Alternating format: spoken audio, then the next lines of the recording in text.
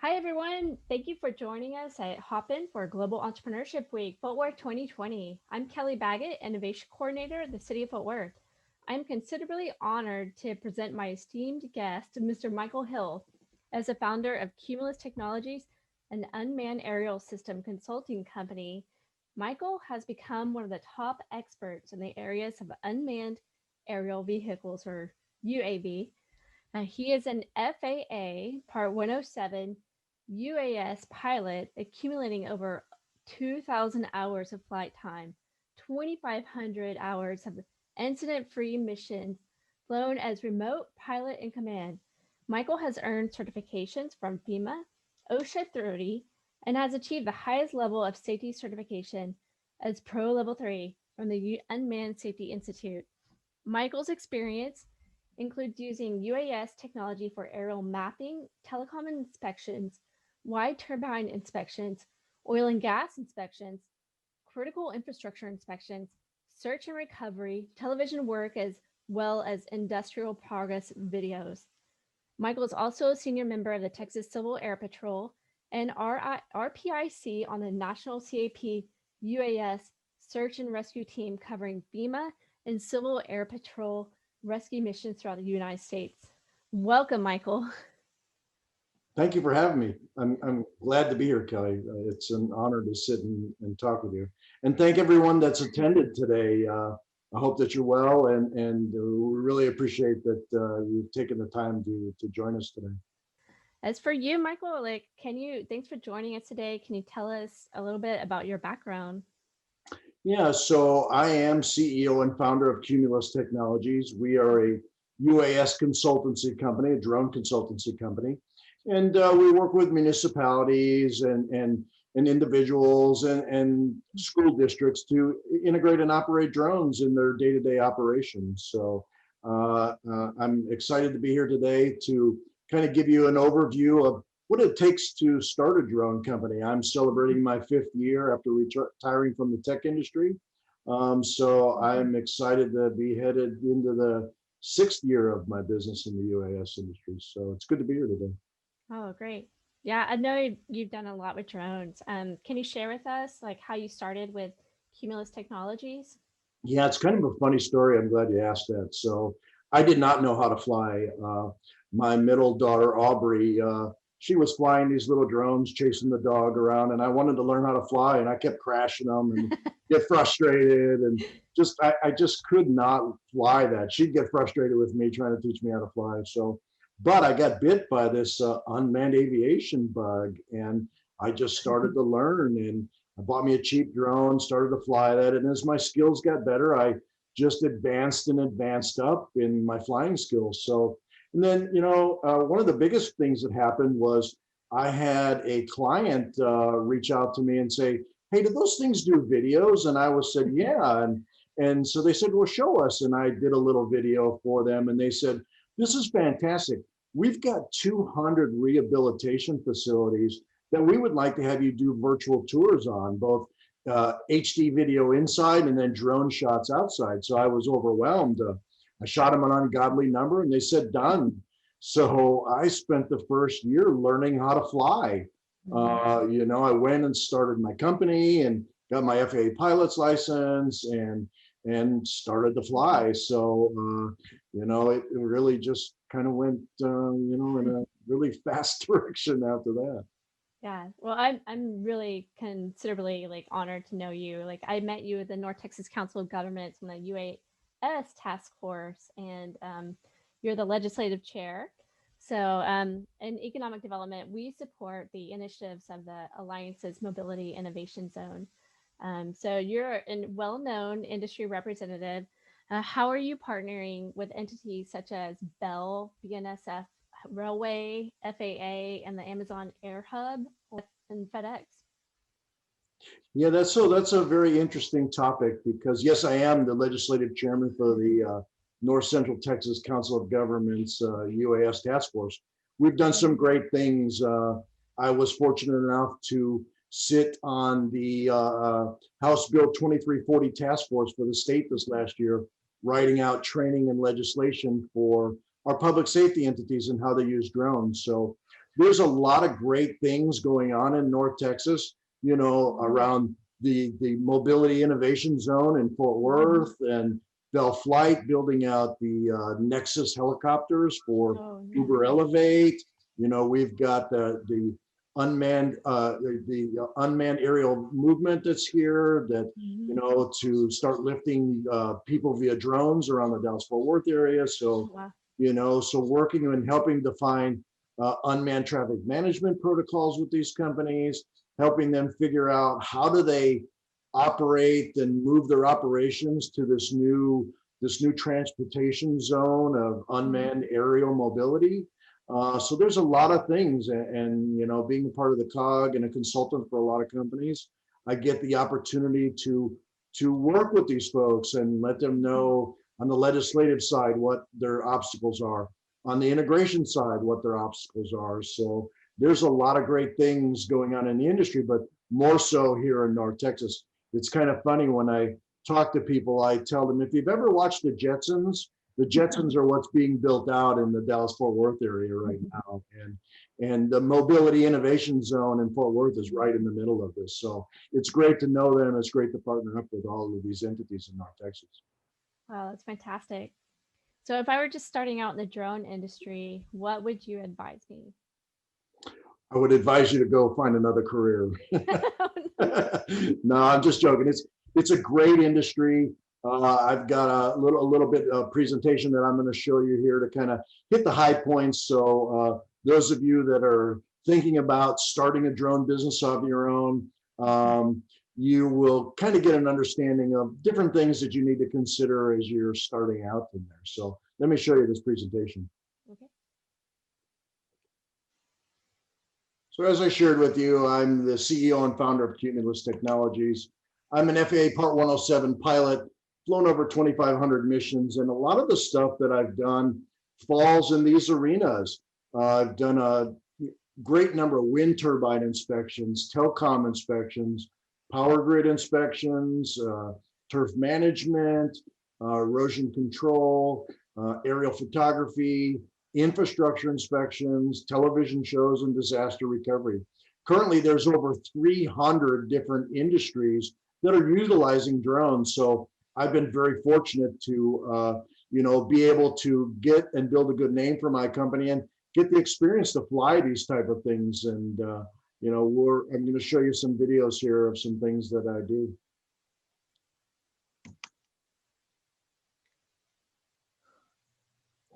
This is my fleet, except for the two large Matrice 210s that I have. I have duplicates for every one of my drones because one is none and two is one. You know, so if you are out on a mission and something happens and you don't have a replacement drone, you can't finish the job. You can't give those deliverables to your clients. So, and then a lot of the smaller minis I use to train. You know, I've trained a bunch of law enforcement agencies. SWAT likes to use those Mavic minis to send out ahead of their leads on their teams, so they can see eyes on what's ahead of them versus sending an officer in. So, you know, a lot of those I'll use for training as well. That is quite a fleet. Yeah, it is. So as I shared with you, this is telecom. I've done a number of telecommunication tower inspections were really interesting to do because you are flying within 13 feet of that particular structure and you're taking images every 2 seconds, and you have to do a 360-degree pan around it to capture all the images at 5 different levels. So it can all be stitched together for you know, a map or, you know, whatever the client needs. I've been fortunate enough to do a bunch of wind turbine inspections as well. These are kind of really unique because, you know, you have to spin the blade, you have to fly all 3 angles of the, or of 4 angles of the blade to, you know, inspect it, look for damages. You're looking for bird strikes, you're looking for lightning strikes, imperfections in it. You know, they just have a laminate coating on them. So, you know, they break and need to be repaired. Every 3 years, wind turbines, the blades need to be inspected for their maintenance. So that's kind of a interesting interesting project to do with your drone is wind turbine inspections. Solar farm inspections too is another big one that's growing in the whole infrastructure inspection arena with drones. Have to do some marketing stuff, for various municipalities. This particular one here is of downtown Dallas that I did for a marketing company for one of their presentations that they were doing a bid with the city of Dallas on. So that was a lot of fun. And then this one here was an interesting one, no matter what your beliefs are for a football team.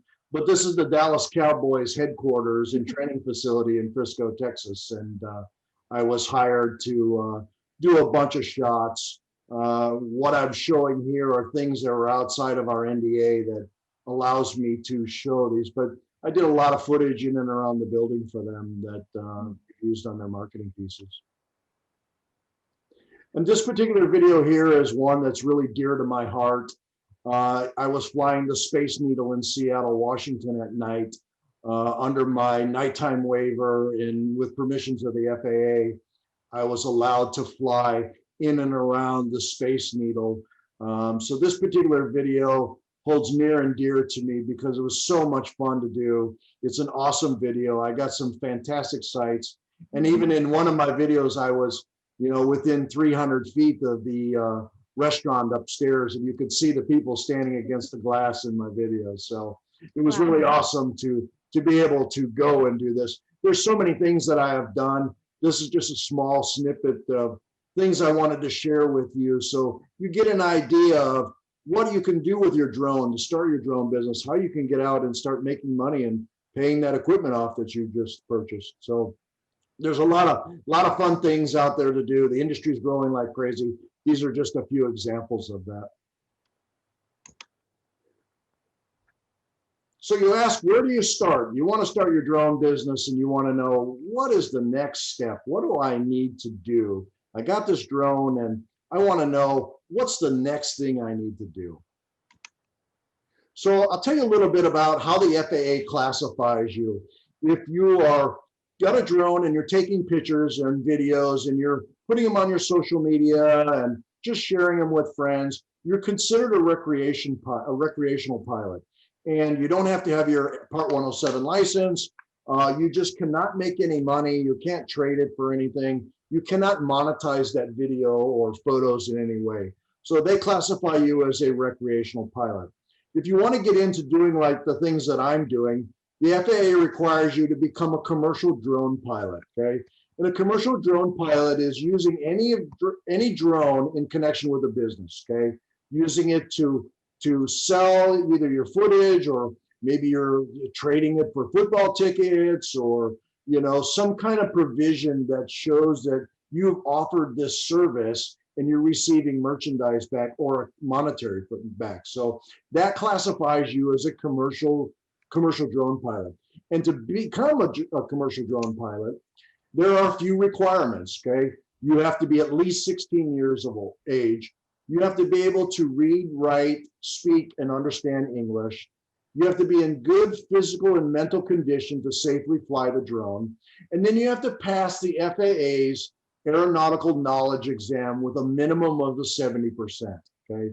And then every 2 years, you have to go and take a reoccurring test to renew your license, okay? And then it's required that you carry your FAA Part 107 license, just similar to your driver's license. You carry that on your person with you. So those are the requirements that the FAA puts down to start your process as a commercial drone pilot.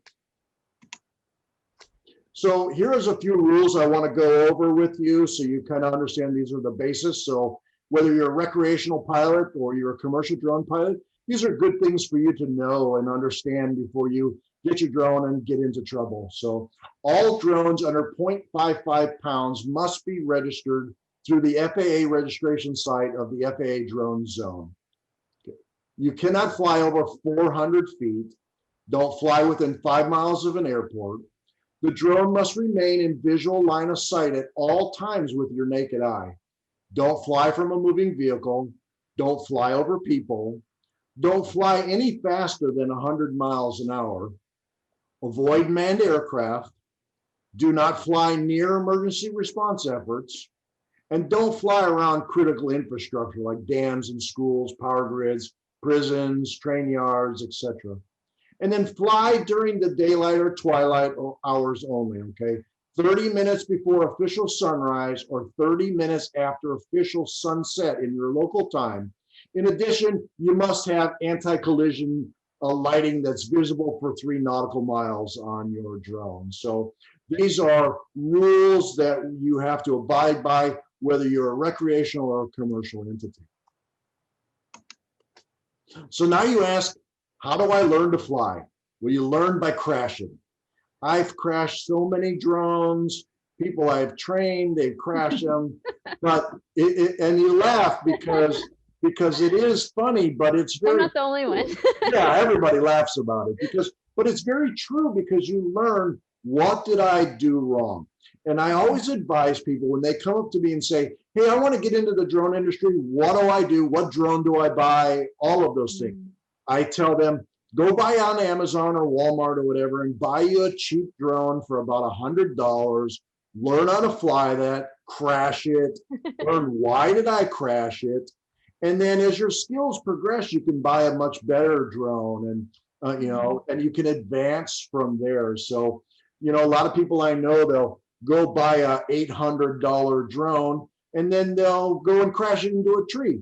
Well, now you're out $800. So buy a cheap drone, learn your abilities, learn how to fly. It's the muscle memory. If you learn how to fly one of those little ones, as you're progressing in your skills, you're going to easily fly the bigger rigs as your skills are progressing. So buy a drone and crash it, okay? Don't hurt anybody, but crash the drone and you will learn so much from that.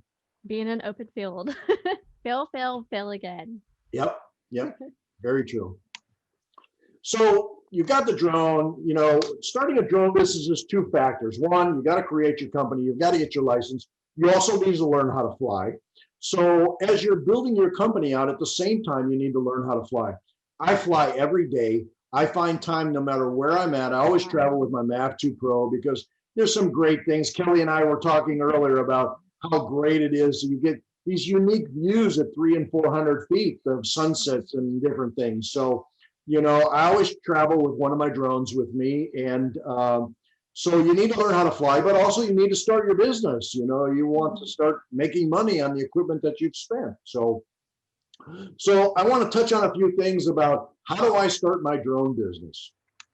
Well, the first thing is you have to decide, what do you want to do with it? Do you want to take pictures? Do you want to do surveys? Do you want to, help law enforcement with surveillance? Drones are not only in the air, they're also on the ground and they're in the water. So, I mean, there's some great innovations being made with underwater drones, ground-based drones, aerial-based drones. So no matter what avenue you decide you want to go through, you have to decide, what is it I want to do with my drone? What am I passionate about? So once you figure that out and you figure out the name and your website and an idea and a business plan and all that, once you have all those ideas worked out, you have to decide, what type of company should I create? Do you want an LLC? Do you want a C Corp? Partnership? Do you have investors? You want to be a sole proprietor and just do it in your spare time? I would advise anybody, don't quit your day job and jump in to be a drone pilot full time, because it's taken me 5 years to get to a stable arena. And I had to give away a lot of footage. I had to do missions to get the experience. So you have to decide, what do you want to do? Do you want to go do it on the weekend? Do you want to spare money, holiday money, vacation money? You have to decide all of that, because that plays in factor into what type of company you're going to create. And then the next thing you're going to have to consider is insurance. I get asked this question a lot. There are a lot of great services for on-demand insurance out there that you can buy by the minute, by the hour, by the day to cover your drone insurance. A lot of them don't cover the hull. They only cover liability if you happen to crash on a client's site. When I first started my company, I used several of the bigger names for on-demand insurance. And then it was when I started to get into infrastructure inspections and some TV show works and that, I had to carry a full-time liability insurance. So I currently carry a $10 million liability insurance policy that I just pay annually. For me, it just works better. It covers my company. It covers any contract pilots or employees that I hire versus an on-demand insurance. So this is a really big piece that you have to consider in when you're forming your business of how you're going to insure it and cover it, you know. So spend the time, decide on what insurance best fits your needs and your client's requirements.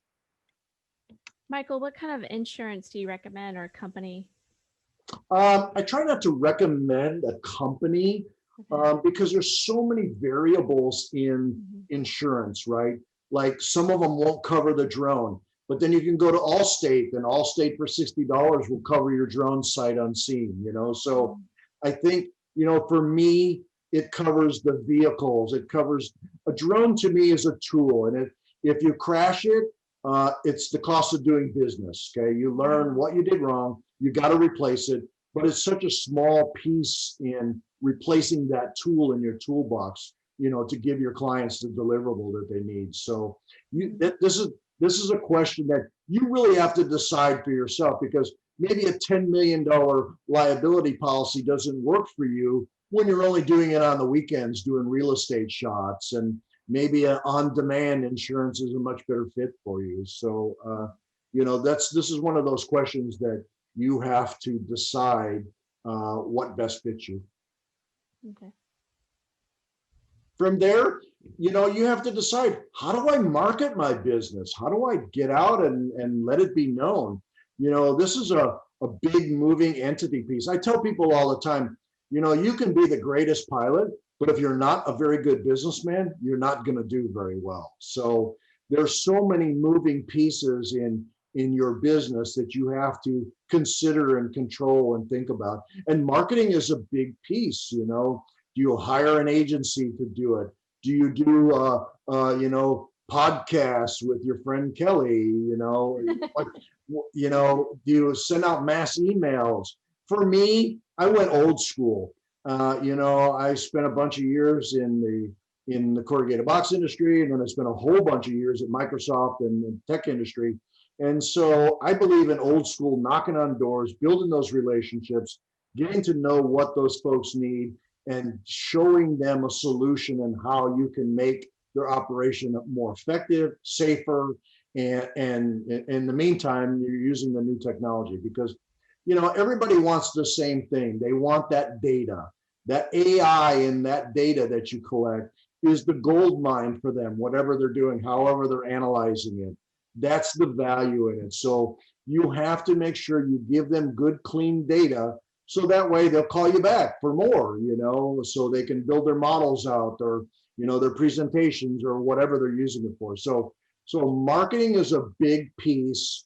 You know, I tell people, they say they get more hung up on what's the name of my business. People don't care what the name of your business is. They want to know, can you do the job for them? So that's the more important piece of how do you get out there and build a name. I get people that come to me all the time and they go, Cumulus Technologies, what is Cumulus? And then I get people that come and go, hey, that's a catchy name, Cumulus Technologies. So, you know what I mean? So all of these things, this is probably the biggest engine that's going to work in your company, that's going to make or break you. So you really have to have that marketing sense about your, or fortunate enough to have somebody that's a close advisor to you to help guide you through your website and creating your website, and, you know, your SEO and all, because all of this is an investment on, you want to see what your ROI is going to be. You need to have that return on that investment. So the monies you put into this, the time you put into this, is what's going to reflect back in how your company grows and how quickly it grows. I tell people, a biggest piece of advice I can give you in starting a drone business is find a lane and stay in it, okay? Just find something, whether it's agriculture or infrastructure inspections or TV or real estate. Find the lane that best fits you for your interest and build your business in there, because there is a want and a need for over 300 different industries for the services that you're going to offer. So, but keep in mind, marketing is a big moving entity, and it's something you're going to have to consider every step of the way. Yeah, it's fantastic. So then you've set all this up, you've learned how to fly. How do I find business? You know, as I told you, I'm old school. I'm about building relationships, getting next to people, networking with them, you know, helping them out. That's kind of what brought me into the search and rescue arena. Was I was, I've gotten known in my neighborhood as the guy with a drone. If I lose my dog, I can call him. So, so it just kind of grew from there. You know, I started helping law enforcement, and then I became a senior member of the Civil Air Patrol. I'm on the National UAS Search and Rescue Team that goes out and flies drone missions for FEMA when there's disasters. So it just kind of grew into that. So I put this image up here of Alec Baldwin and ABCs, always be closing, because even though you've inked this deal today, what are you doing tomorrow? What are you doing the next day? So you always are sowing those seeds. You're always out, with your marketing, or you're out approaching people and doing presentations and showing them what you can do. I had to do a lot of free stuff initially to show the capabilities. You know, I tell people it's like the drone industry is like the Wild West. You know, I'm a gunslinger in the Wild West, and they'll hire me to do, various things. But, sometimes you have to give something to get something out of it. So, you're always going to be closing.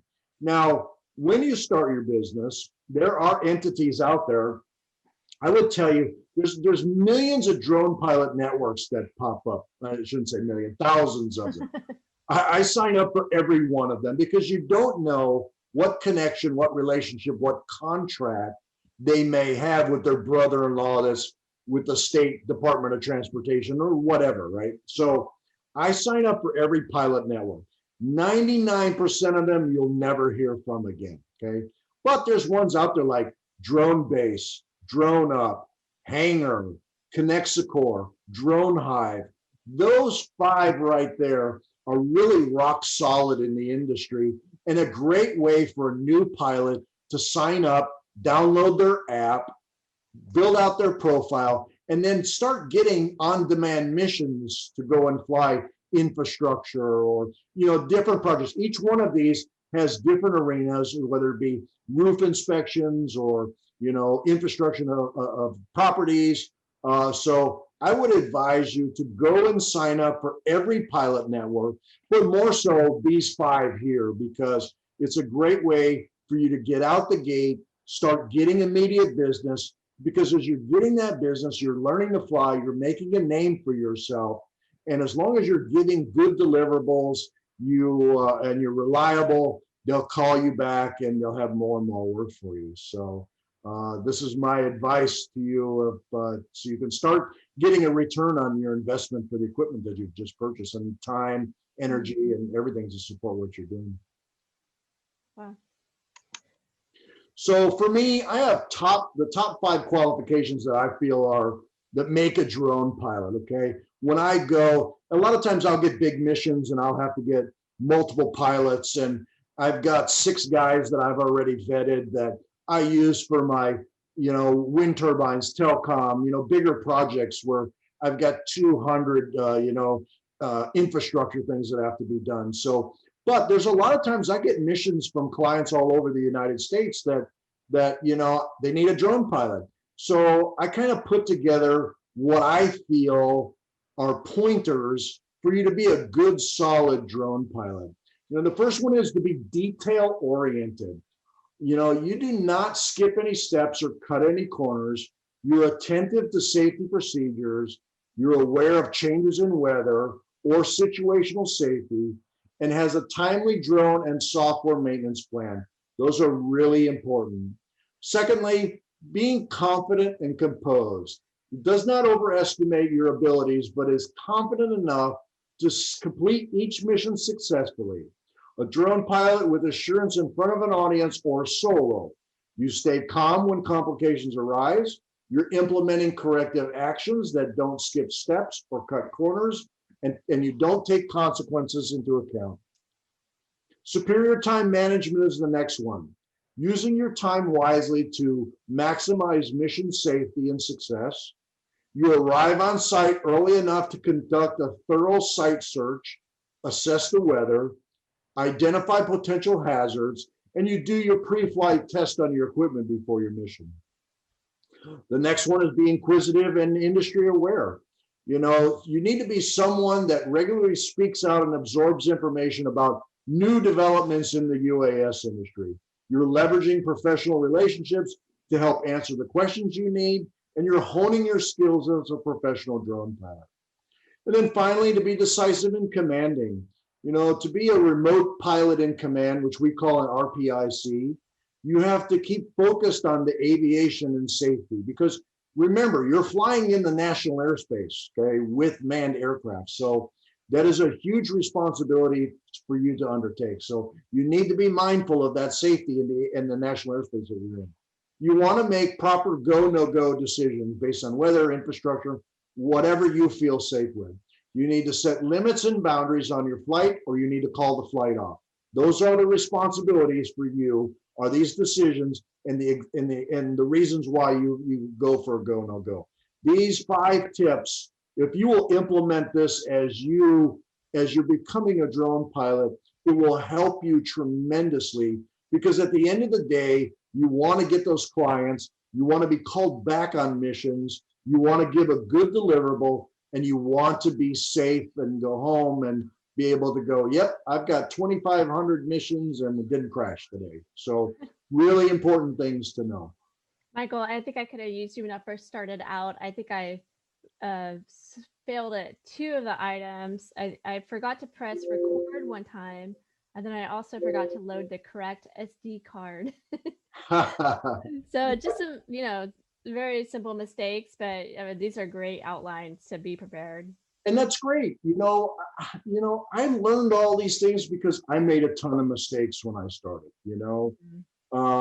and that's part of the process. When I started, there wasn't anybody out there to mentor me to go, hey, this is how you do this, or this is what you need to consider.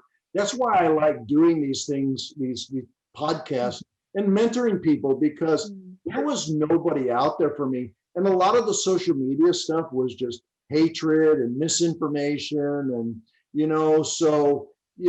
it's important to understand that you're gonna make mistakes. But the value in making those mistakes is the knowledge that you accumulate so it doesn't happen the next time. Or if that situation comes up the next time, you know how to handle it calmly and you know how to work around that. So it's important to understand you're going to make mistakes. Just pat yourself on the back, good days, bad days, and just go forward. Yeah, great advice.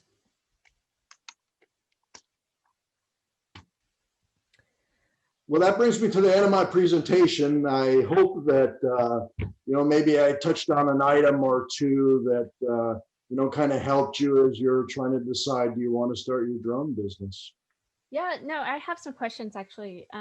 So you mentioned training. I mean, I have my Part 107 license for commercial pilot, but what would you recommend for all new drone pilots to get trained? Is there a school? Is there what is the pathway?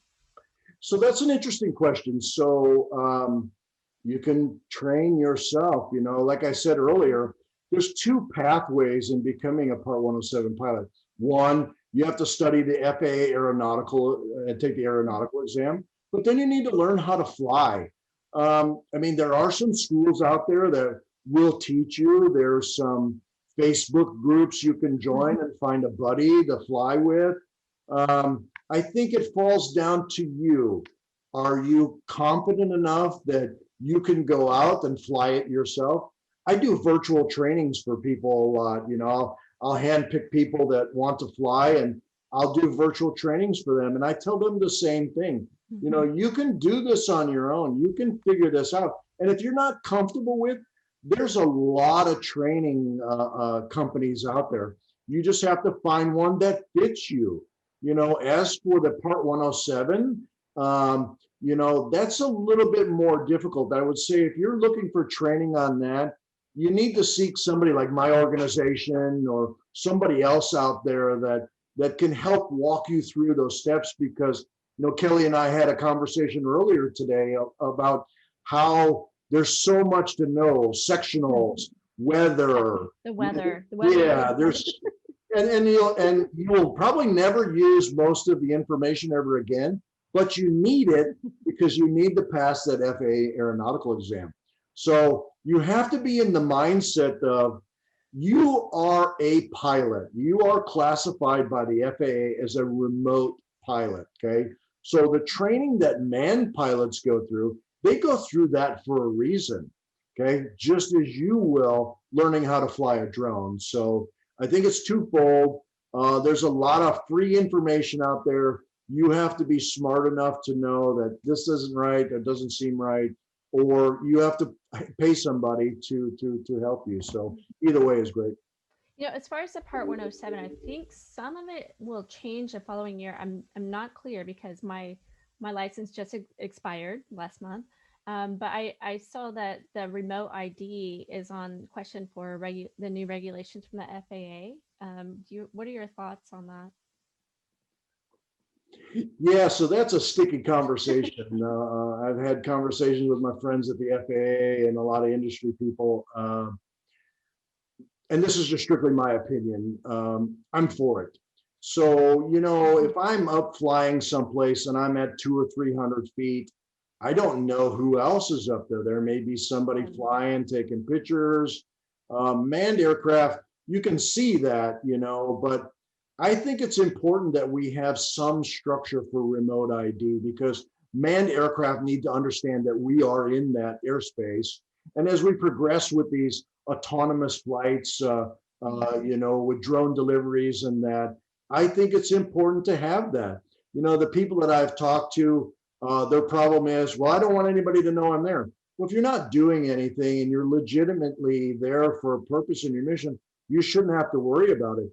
It's a safety feature that will enhance you and your abilities, as well as that manned airspace that may be in that area. So I think that it's a good thing. I think that hopefully they'll work out the bugs and the details, and we'll start to see that implemented here in the national airspace, within the next year or two. Okay. So in the national airspace, I feel a little bit underrepresented as a woman in the drone industry. How do you feel about women pilots in the airspace, and do you see many of them? I love this question because I really do, because as I shared with you, our middle daughter that taught me how to fly, she flies drones too. So she's getting ready to turn 16. She's excited to get her Part 107. She flies drones quite a bit. She's probably one of the very few people that I would actually let her fly any one of my drones. I'm that confident in her. And I've got a few friends that are women that are starting to get into the industry. I think it's fantastic. I say, let's get more of them involved. Yeah. I think this is a great thing. I think women will have potential to be a better pilot than a lot of men, because of the attention to detail. All of the situational awareness is heightened with them. So I am all for it. Any chance I get the opportunity to promote a female-owned business in this industry or help one to start one, I'm all for it, because we need many more of you in here. Oh, yeah. I feel like this year in particular, the industry has changed drastically. I mean, we see COVID-19 coming through and pandemic just really throwing the whole world into social distancing. How do you feel drones are going to be in this future landscape? Yeah, that's another great question. You keep throwing these great questions at me. So I've seen it change quite a bit. I mean, my business alone has exploded during this time. I've had to hire contract pilots to help me with a lot of the projects. So, but if you look around the industry, I'm hopeful that, I'm hopeful everybody's healthy and safe and you're following those safe practices that seem to work. But I've also seen an uptick in the interest of drones and what they can do during this time. I've uh, I've partnered with some really interesting companies, ones that are using drones to fly NFL stadiums to spray and disinfect them.